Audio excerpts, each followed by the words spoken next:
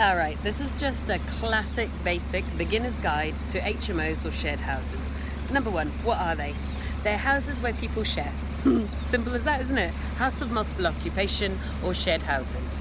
Number two, what kind do you get? Well, you can get small ones and large ones, and the larger ones need to be licensed, and in some areas where there is what's called Article 4, the small ones, which are 3 people who are not in connected households, also need to be licensed. That sounds scary. No, not really. I mean, it's frustrating, but I don't mind it. You have to pay a license fee to the council.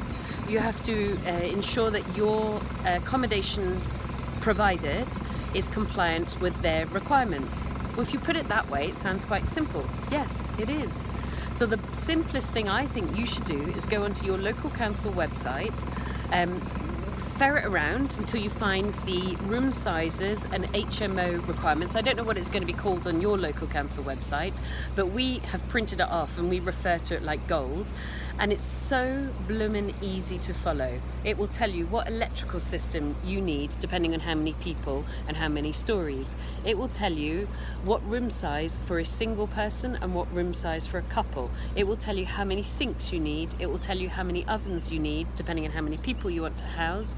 It will tell you, depending on how many stories, what electrical requirements and fire safety devices you need. It kind of makes sense, doesn't it? You know, there's a big hoo-ha about shared houses and, oh, they're very tricky. Yeah, you've got to do some reading and you've got to have a clear understanding of what level of accommodation provision you provide. But guess what you do?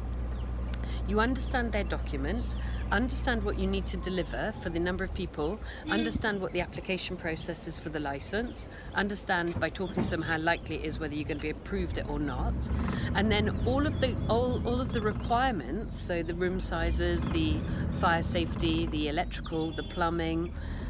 Guess what? You make that as part of the brief to your builder to make sure that your builder delivers the correct room sizes, the correct fire, the correct electricity requirements, and the correct plumbing and the correct fire escapes, which is generally windows that open so that obviously your tenants can escape.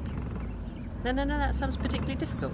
Now, let's talk about the tenants. We like to work with professional tenants, so we tend to provide them with en-suites because nobody really wants to share a bathroom over the age of about, I don't know, 4. And our guys are kind of 25 to 35 generally. So I like to get large Victorian houses. I pop in individual en-suites and also shared bathroom. I pop in very high quality kitchen, and I do a top and a bottom cupboard for each of the tenants, so there's enough room storage. I also provide at least 2 very large fridge freezers so that there's no fights about food storage, and I also provide at least 2 cookers or cooker and a very large microwave, just so that everything's easy. What do I not provide? Well, I learned. I no longer provide cutlery, crockery, pans, because A, it gets nicked, B, it gets broken, and C, they complain about it, and you waste half a day going to buy a plate. Not interested. So the guys come with their own crockery, etc. I do provide furniture. So beds, bedside tables, chest of drawers, wardrobes. I don't provide linen, I don't provide pillows, I don't provide cushions. I do provide sofas in the shared houses, washable sofas. I do provide a hoover, usually the Henry hoover, because those guys need to actually hoover. Now, does any of that sound complicated? No. Why would you do a shared house? Because you learn an awful lot of money. I'm kind of 17 to 23% yields. Almost all of my shared houses earn £1,000 a month net, or I wouldn't bother doing them. You don't need many of them, do you? So I hope I've simplified things for you. We got a lot more education for you guys. Have a look at our website, thegoodpropertycompany.co.uk. Have a look at our YouTube channel. Subscribe to my YouTube channel because you're on it just now.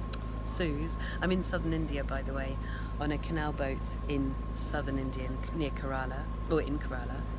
And then finally, if you want to do a workshop, now I don't promise to always do these workshops, but at the moment we're still offering them. They sell out so fast and so far in advance, so get yourself booked on. Either book through Eventbrite or book through our website. And if you're interested, and again I don't promise to do this forever because there will be a point which I love doing it but I will stop, so get yourself booked on either our flagship live mentoring program or online mentoring program by contacting us or going on our website. Hope that's useful. Good luck to you in property.